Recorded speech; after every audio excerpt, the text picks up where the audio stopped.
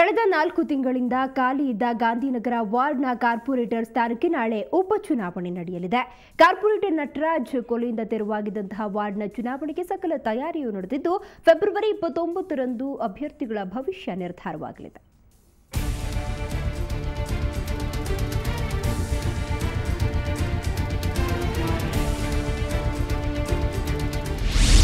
Gandhinagar by election ಮತದಾನಕ್ಕೆ countdown.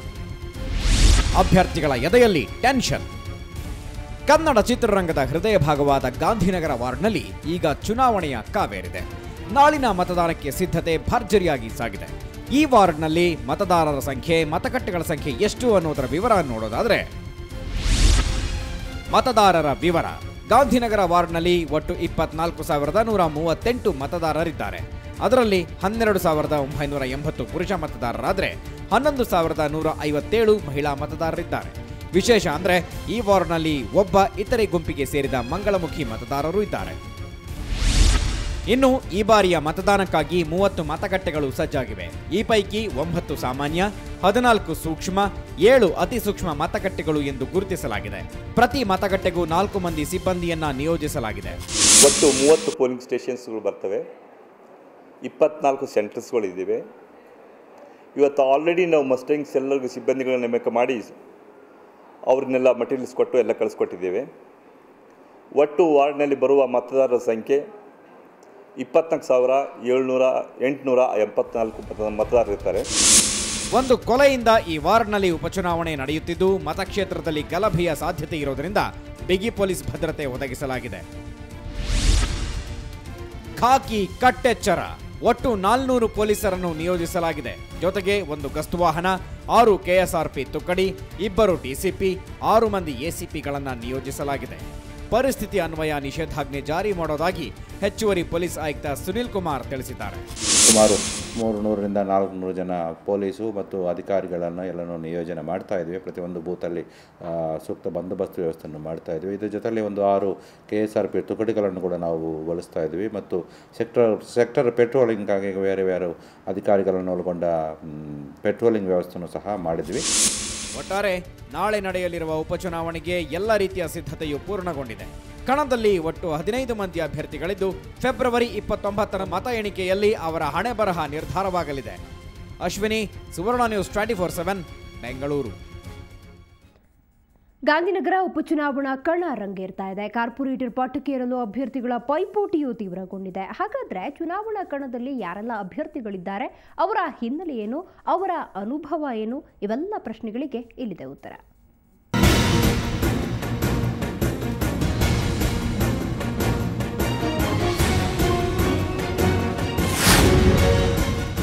ಗಾಂಧಿನಗರದಲ್ಲಿ ಉಪಚುನಾವಣೆಯ ಕಾವು ಹೆಚ್ಚಾಗಿದೆ.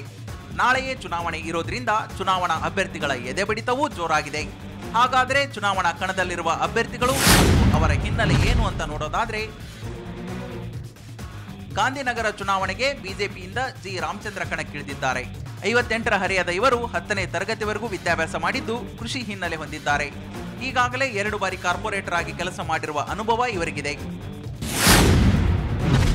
ಕಾಂಗ್ರೆಸ್ ಪಕ್ಷದಿಂದ ಕಣಕ್ಕಿಳಿದಿರೋ 46 ವರ್ಷದ ಗೋಪಾಲಕೃಷ್ಣ 7ನೇ ತರಗತಿವರೆಗೂ ಓದಿದ್ದಾರೆ. ವ್ಯಾಪಾರಸ್ಥ ಕುಟುಂಬದ ಹಿನ್ನೆಲೆ ಹೊಂದಿರುವ ಇವರಿಗೆ ಯಾವುದೇ ರಾಜಕೀಯ ಅನುಭವ ಇಲ್ಲ. ಇನ್ನು ಜೆಡಿಎಸ್ನಿಂದ PK ಸುರೇಶ್ ಸ್ಪರ್ಧಿಸುತ್ತಿದ್ದು, ಇವರಿಗೆ 47 ವರ್ಷ ವಯಸ್ಸು. ಇವರು ಕೂಡ ವ್ಯಾಪಾರದ ಹಿನ್ನೆಲೆ ಹೊಂದಿದ್ದು, ಇವರಿಗೂ ಯಾವುದೇ ರಾಜಕೀಯ ಅನುಭವ ಇಲ್ಲ. ಇನ್ನು ಗೆಲ್ಲಲು ಅಭ್ಯರ್ಥಿಗಳು ಭಾರಿ ಕಸರತ್ತು ನಡೆಸಿದ್ದಾರೆ.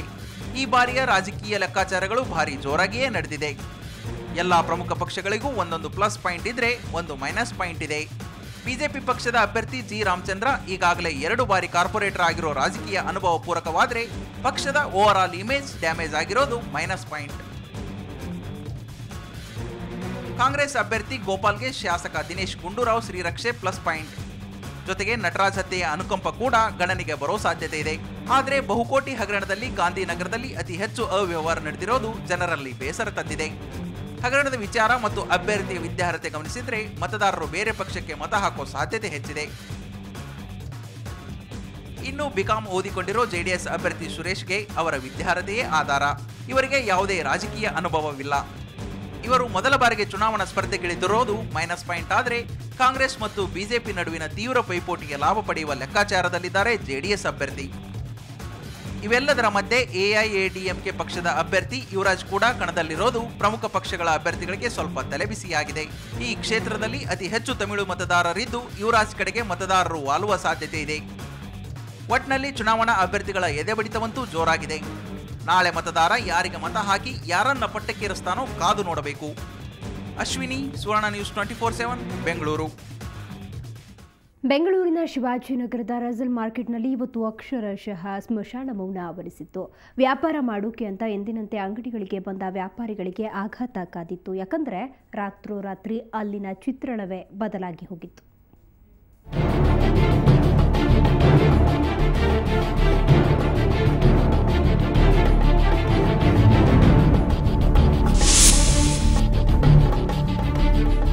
ಅದು ಶನಿವಾರ ಬೆಳಗ್ಗಿನ ಜಾವ 4:15 ಬೆಂಗಳೂರಿನ ಶಿವಾಜಿನಗರದಲ್ಲಿರೋ ಫೇಮಸ್ ರಸಲ್ ಮಾರ್ಕೆಟ್ ಇವತ್ತು ಧಗಧಗ ಹೊತ್ತಿ ಉರಿದಿತ್ತು. 1939ರಲ್ಲಿ ಬ್ರಿಟಿಷರಿಂದ ಆರಂಭವಾದ ಮಾರ್ಕೆಟ್ ನೂರಾರು ಜನರ ಬದುಕಿನ ಬಂಡಿ ನಡೆಸುವ ಕೇಂದ್ರವಾಗಿತ್ತು. ಆದರೆ ಅದು ಇವತ್ತು ಅಗ್ನಿದೇವನ ಕೋಪಕ್ಕೆ ಕಮರಿ ಕರಕಲಾಗಿತ್ತು.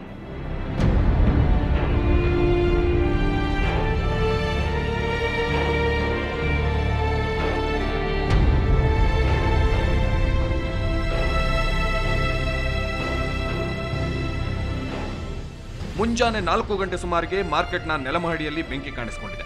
ಕ್ಷಣಾರ್ಧದಲ್ಲಿಯೇ ಬೆಂಕಿಯ ಕೆನ್ನಾಲಿಗೆ 2 ಅಂತಸ್ತಿನ ಇಡೀ ಮಾರ್ಕೆಟ್ಗೆ ಆವರಿಸಿದೆ. ಕಟ್ಟಿಗೆ, ಪ್ಲಾಸ್ಟಿಕ್ಗಳಿಂದ ನಿರ್ಮಾಣವಾಗಿದ್ದ ಅಂಗಡಿಗಳೇ ಹೆಚ್ಚಿರೋದ್ರಿಂದ ಬೆಂಕಿಯು ಬೇಗ ಇತರೆಡೆಗೆ ವ್ಯಾಪಿಸಿದೆ. ನೋಡುತ್ತಿದ್ದಂತೆಯೇ 174 ಅಂಗಡಿಗಳು ಸುಟ್ಟು ಬೂದಿಯಾದವು. ಹಣ್ಣು, ತರಕಾರಿ, ಹೂಮಳಿಗೆಗಳು ಅಗ್ನಿಗೆ ಆಹುತಿಯಾದವು. ಅರ್ಥ ಆಗಲ್ಲ, ಲಕ್ಷ ಆಗಲು ಟರ್ನ್ ಓವರ್ ಆಗೋದು. ಇಲ್ಲಿ ಎಲ್ಲ ಫುಲ್ಲ ನಷ್ಟ ಆಗಿದೆ. ಇಲ್ಲಿ ಕೆಳಗಡೆಯಿಂದ ಮೇಲ್ಗಡೆ ಫುಲ್ಲ ಫಸ್ಟ್ ಫ್ಲೋರು, ಸೆಕೆಂಡ್ ಫ್ಲೋರು 250 ಅಂಗಡಿ ಮೇಲೆ ಫುಲ್ ಬಂದ್ ಆಗಿದೆ. ಫುಲ್ಲ ಅಂಗಡಿಗೆ 3 ಲಕ್ಷ 4 ಲಕ್ಷ ಐಟಮ್ ಇದೆ ಅದರಲ್ಲಿ. ಏನು ಇದನ್ನ ಅರ್ಥ ಆಗಿಲ್ಲ. ಏನ್ ಸಮಾಚಾರ ಅದು? ಏನು BBMPದು ಏನ್ ಟೇಕ್ ಕೇರ್ ಇಲ್ಲ ಸರ್ ಇಲ್ಲಿ ಹೇಳಕ್ಕೆ ಬಂದ. ಅಗ್ನಿಶಾಮಕ ದಳ ಸ್ಥಳಕ್ಕೆ ಆಗಮಿಸೋ ಹೊತ್ತಿಗೆ 5 ಗಂಟೆಯಾಗಿತ್ತು. ಅಗ್ನಿ ನಿಯಂತ್ರಿಸಲು ಸಿಬ್ಬಂದಿ ಹರಸಾಹಸ ಪಡಬೇಕಾಯಿತು. ಪ್ರಾರಂಭದಲ್ಲಿ ಬ್ರೋಂಟೋ ಸ್ಕೈಲಿಫ್ಟ್ ಯಂತ್ರದ ಮೂಲಕ ಕಾರ್ಯಾಚರಣೆಗಿಳಿದ ಸಿಬ್ಬಂದಿ ಸತತ 4 ಗಂಟೆಗಳ ಕಾರ್ಯಾಚರಣೆ ನಡೆಸಿ ಬೆಂಕಿ ನಂದಿಸಿದ್ರು. 28 ವಾಹನಗಳು ಕಾರ್ಯಾಚರಣೆಯಲ್ಲಿ ಪಾಲ್ಗೊಂಡಿದ್ದವು. ವಿಷಯ ತಿಳಿದ ಬಿಬಿಎಂಪಿ ಆಯುಕ್ತ ಶಂಕರಲಿಂಗೇಗೌಡ, ಮೇಯರ್ ಸೇರಿದಂತೆ ಇಡೀ ಬಿಬಿಎಂಪಿ ದಂಡೆ ದೌಡಾಯಿಸಿತು. ಈಗ ರಜಲ್ ಮಾರ್ಕೆಟ್ನಲ್ಲಿ ಆಗಿರುವಂಥ ಅಗ್ನಿ ಅನಾಹುತದಿಂದ ಆಗಿರುವಂಥ ನಷ್ಟವನ್ನು ನಾವು ಪರಿಶೀಲನೆ ಮಾಡಿದ್ದೇವೆ. ಭಾಳ ಪ್ರತಿದಿನ ಜೀವನ ನಡೆಸುವಂಥವ್ರಿಗೆ ಆಘಾತ ಆಗಿದೆ. ಅದರಿಂದಾಗಿ ಅವರಿಗೆ ತಕ್ಷಣ ಪರಿಹಾರ ಕೊಡುವಂಥ ಅಗತ್ಯ ಉಂಟು. ಬಟ್ ಇದು ಹ್ಯುಮ್ಯಾನಿಟೇರಿಯನ್ ಗ್ರೌಂಡ್ಸ್ ಮೇಲೆ ಕೂಡಲೇ ಸರ್ಕಾರ ಸ್ಪಂದಿಸಬೇಕಾಗಿರ್ತಕ್ಕಂಥದ್ದು. ಬಿಕಾಸ್ ಇದಾಗಲೇ ಕ್ರಮ ತಗೋಬೇಕಾಗಿತ್ತು ಸರ್ಕಾರ ನೆಗ್ಲಿಜೆನ್ಸ್ಗಳು ಕೂಡ ಇರ್ತವೆ. ಇದು ಆಗಾಗ ಬಂದು ನೋಡ್ಕೋಬೇಕಿಂತ ಹಳೇ ಕಟ್ಟಡ ಇರುವಾಗ ಯಾವುದೋ ಕಾಲದಲ್ಲಿ ಎಲೆಕ್ಟ್ರಿಫಿಕೇಷನ್ ಆಗಿರ್ತವೆ. ಯಾವತ್ತಾರು ಇಂಥ ಪರಿಸ್ಥಿತಿ ಬರ್ಬೋದು ಅಂತಕ್ಕಂಥದ್ದು ಮುಂದಾಲೋಚನೆ ಇರಬೇಕಾಗಿತ್ತು. ಅಲ್ಲದೆ ಕೆಪಿಸಿಸಿ ಅಧ್ಯಕ್ಷ ಪರಮೇಶ್ವರ್, ವಿಪಕ್ಷ ನಾಯಕ ಸಿದ್ದರಾಮಯ್ಯ ಸೇರಿದಂತೆ ಹಲವು ಗಣ್ಯರು ಸ್ಥಳಕ್ಕೆ ಭೇಟಿ ನೀಡಿ ಪರಿಹಾರಕ್ಕೆ ಆಗ್ರಹಿಸಿದರು. ಇನ್ನು ಸ್ಥಳಕ್ಕೆ ಆಗಮಿಸಿದ ಸಿಎಂ ಸದಾನಂದಗೌಡ ಅಂಗಡಿ ಮಾಲೀಕರಿಗೆ ಸ್ಥಳದಲ್ಲೇ 50,000 ರೂಪಾಯಿ ಪರಿಹಾರ ಘೋಷಿಸಿದರು. ಅಲ್ಲದೆ ಐತಿಹಾಸಿಕ ಮೌಲ್ಯದ ರಸಲ್ ಮಾರ್ಕೆಟ್ನ ಮೂಲ ಮಾದರಿಯನ್ನು ಹಾಗೆ ಉಳಿಸಿಕೊಂಡು ಕಟ್ಟಡವನ್ನು ನವೀಕರಿಸುವುದಾಗಿ ತಿಳಿಸಿದರು. ಈಗಾಗಲೇ ಇದರ ಅಸೆಸ್ಮೆಂಟ್ ಎಷ್ಟು ಲಾಸ್ ಆಗಿದೆ ಪ್ರತಿ ಅಂಗಡಿಯಲ್ಲಿ ಅಂತ ಹೇಳುವಂಥದ್ದು ಮಾಡುವಂಥದ್ದನ್ನು BBMP ಕಮಿಷನರ್ ನೇತೃತ್ವದಲ್ಲಿ ಆ ಕೆಲಸ ಕಾರ್ಯಗಳು ನಡೀತಾ ಇದ್ದಾವೆ. ಹೊರಗಿನ ಈ ಒಂದು ಶೇಪನ್ನು, ಹೆರಿಟೇಜನ್ನು ಹೀಗೆ ಉಳಿಸಿಕೊಂಡು ಒಳಗೆ ಪೂರ್ತಿ ಇದನ್ನು ಹೊಸತನ್ನು ರಚನೆ ಮಾಡಲಿಕ್ಕೆ ನಮ್ಮ BBMP ಮತ್ತು ಸರ್ಕಾರ ಬದ್ಧವಾಗಿದೆ. ಈ ಅವಘಡಕ್ಕೆ ಸಂಬಂಧಿಸಿದಂತೆ ಶಿವಾಜಿನಗರ ಪೊಲೀಸ್ ಠಾಣೆಯಲ್ಲಿ ಪ್ರಕರಣ ದಾಖಲಾಗಿದೆ. ಆಕಸ್ಮಿಕಕ್ಕೆ ಕಾರಣ ಹುಡುಕುವಲ್ಲಿ ಪೊಲೀಸರು ನಿರತರಾಗಿದ್ದಾರೆ. ಆದರೆ ಇಂದಿನ ಅನ್ನ ಕಳೆದುಕೊಂಡ ವ್ಯಾಪಾರಿಗಳು ಮಾತ್ರ ಅಸಹಾಯಕರಾಗಿ ಭರವಸೆಯ ನಾಳೆಗಾಗಿ ಕಾಯುತ್ತಿದ್ದಾರೆ. ರವಿಕುಮಾರ್ ಜೊತೆ ರಜನಿ MG, ಸುವರ್ಣ ನ್ಯೂಸ್ 24/7 ಬೆಂಗಳೂರು. ಈಗೊಂದು ಬ್ರೇಕ್ ನಂತರ ಬೆಂಗಳೂರು ಫಸ್ಟ್ ಮುಂದುವರಿಯುತ್ತೆ.